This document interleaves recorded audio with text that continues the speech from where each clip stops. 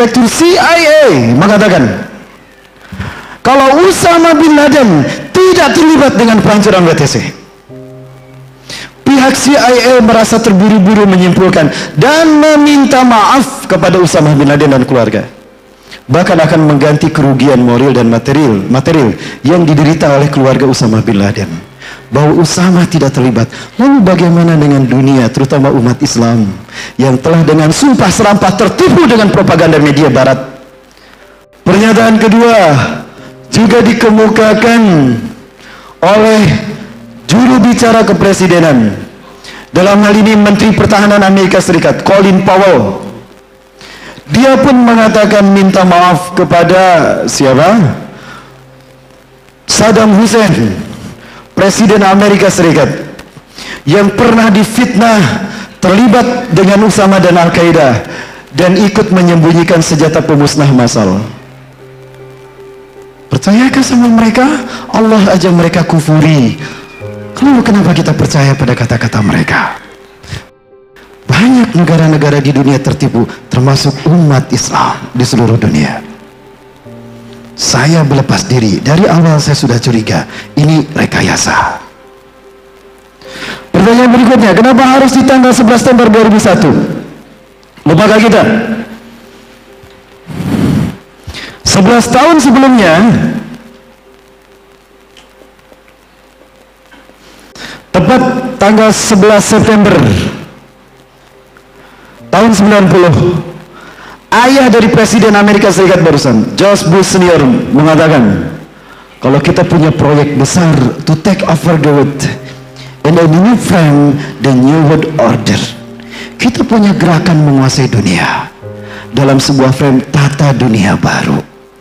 Pertanyaannya, kenapa harus 11 tahun? Lupakah kita kalau titik balik matahari terjadi 11 tahun sekali? Ini adalah titik balik waktu di mana titik balik matahari terjadi di milenium kedua. Titik balik matahari terakhir terjadi di milenium kedua. Dan ini adalah titik balik matahari pertama di milenium ketiga yang mereka namakan Y2K.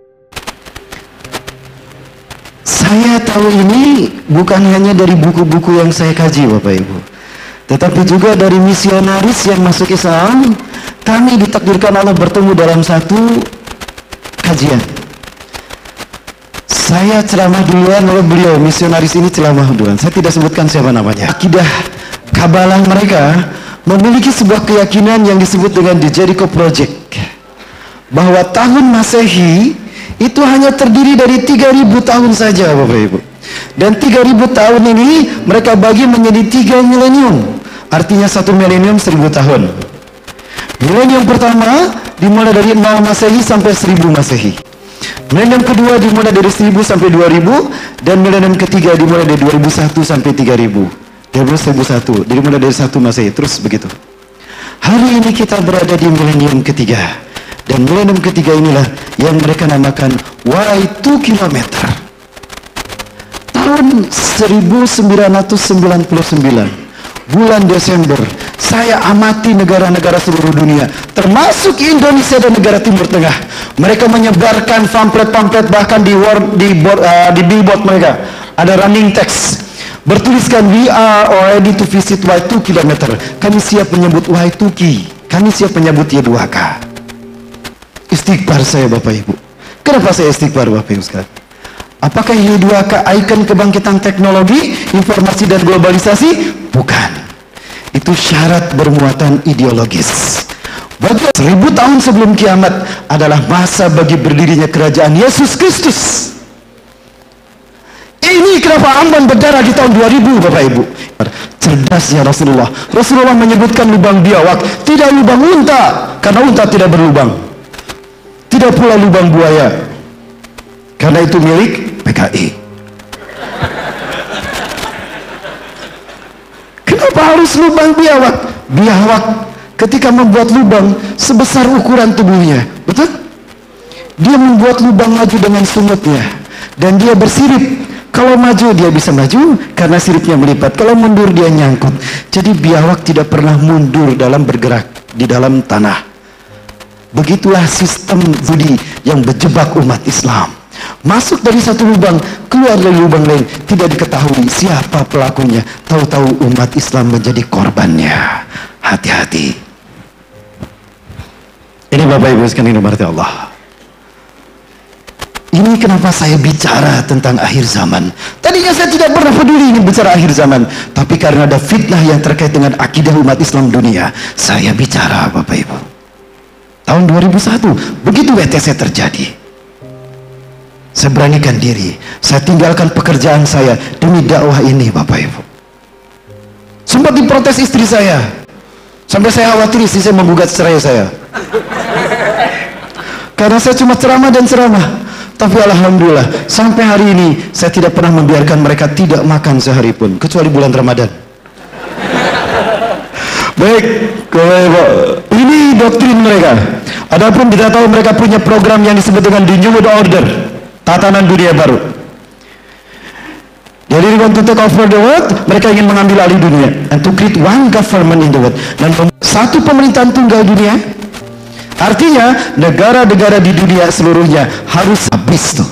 Lihat Libya, lihat Mesir, lihat Afghanistan, lihat Indonesia, sejalan dengan mereka. Yang ketiga, one political system, demokrasi. Demokrasi ya. Dan kita lihat hasilnya. Ternyata demokrasi menyisakan hutang besar di mana-mana.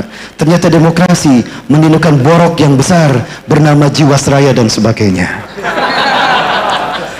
Itulah demokrasi. Demi Allah, ketika Islam zahir, tidak ada sejengkal pun tanah di muka bumi di mana kekafiran akan tegak di dalamnya, tidak ada. Dari Ummul Fadil, ibunya Abdullah bin Abbas radhiyallahu anhu, ketika berada di Mekah, beliau menyaksikan Rasulullah setelah Qailulah, salat tahajud, terbangun menjelang salat subuh berjamaah. Buka tafsir Ibnu Katsir, tafsir surat Ali Imran ayat ke-11. Terbangun Rasulullah SAW, dan Rasulullah bersabda, Allahumma hal balag, Allahumma hal balag, Allahumma hal balag. Ya Allah, bukankah telah aku sampaikan, ya Allah, bukankah telah aku sampaikan. 3 kali Rasulullah berkata demikian. Para sahabat terbangun, termasuk Umar bin Khattab. Umar bin Khattab menghampiri Rasulullah SAW, mengelus punggung beliau dan berkata, Naam ya Rasulullah, qad balagta risalat Allah. Betul ya Allah, ya Rasulullah, Anda telah menyampaikan risalah Allah. Apa kata Rasulullah SAW?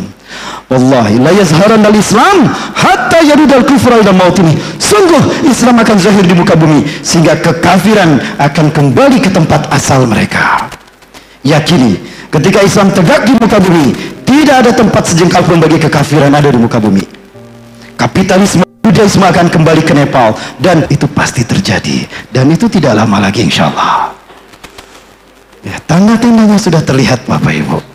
Dan kita berharap secepatnya agar Jiwasraya terungkap siapa pelakunya.